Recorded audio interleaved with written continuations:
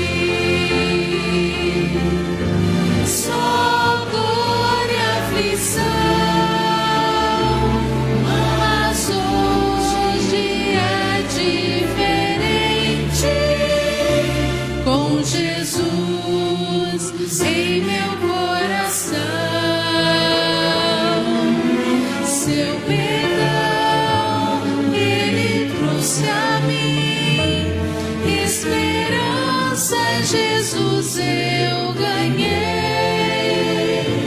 desde que busquei, desde que encontrei esse amor que não tem fim.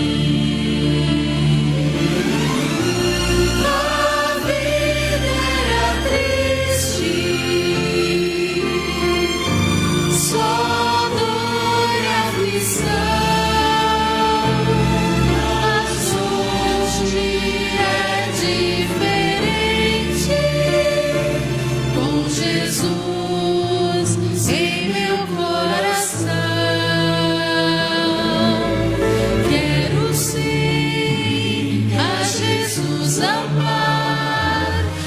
Seu sangue por mim derramou, ao seu lado estou, para o céu eu vou, quero a vida lhe entregar.